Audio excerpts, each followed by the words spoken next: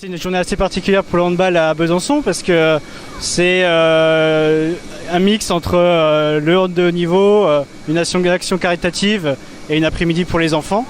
Donc c'est une journée non-stop pour nous et c'est une journée qui normalement devrait toucher les parents, les enfants et les passionnés de sport. Donc c'est vrai que c'est particulier. Alors aujourd'hui pour les enfants, on a toute la nuit d'après-midi de jeux. Soit des jeux sur des éléments gonflables qui sont juste derrière moi, soit des jeux de handball donnés par des entraîneurs de l'ESBF, donc des personnes qui sont qualifiées, qui permettent aux enfants de faire leurs premiers pas dans le handball.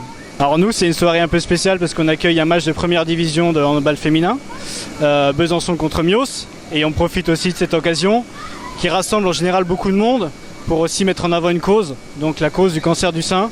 L'idée c'était de rassembler des associations byzantines, des associations nationales, pour que un maximum de gens soient sensibilisés au dépistage et aussi à tout ce qui se passe après un cancer. Nous sommes là pour justement la consécration de plusieurs actions mises en place depuis le début du mois d'octobre dans le cadre d'Octobre Rose.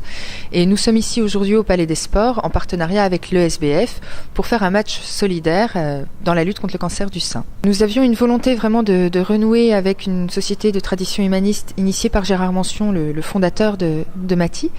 Et puis nous cherchions la bonne opportunité pour pouvoir se relancer, on va dire, dans le caritatif. Et la lutte contre le cancer du sein est une cause 100% féminine. Il se trouve que Mati a déjà 80% des employés qui sont des femmes en interne, et il se trouve également que notre domaine d'activité est à destination des femmes principalement.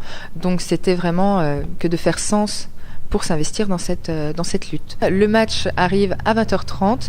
En amont, dès 18h, nous mettons en place plusieurs animations, plusieurs stands. On a des animations à destination des enfants.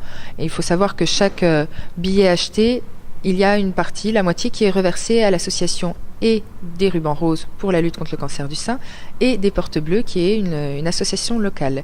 Donc par rapport à ça, on a également des stands de vente de rubans roses, des stands de billets de tombola, des stands de vente de t-shirts et également de la vente de mini burgers par Thierry Garny, le traiteur, un des traiteurs connus de Besançon. Oui, alors l'association des Portes Bleues, on avait un partenariat avec l'hôpital où on faisait des ateliers pour les patientes qui étaient atteintes du cancer. C'est surtout, on n'a aucun soin médicaux bien évidemment, mais c'est un conseil en images, c'est la remise en forme des sourcils qui sont partis à cause de la maladie, et des ateliers aussi d'échanges qui sont entre malades. Une qui va mieux, elle remonte le moral à l'autre.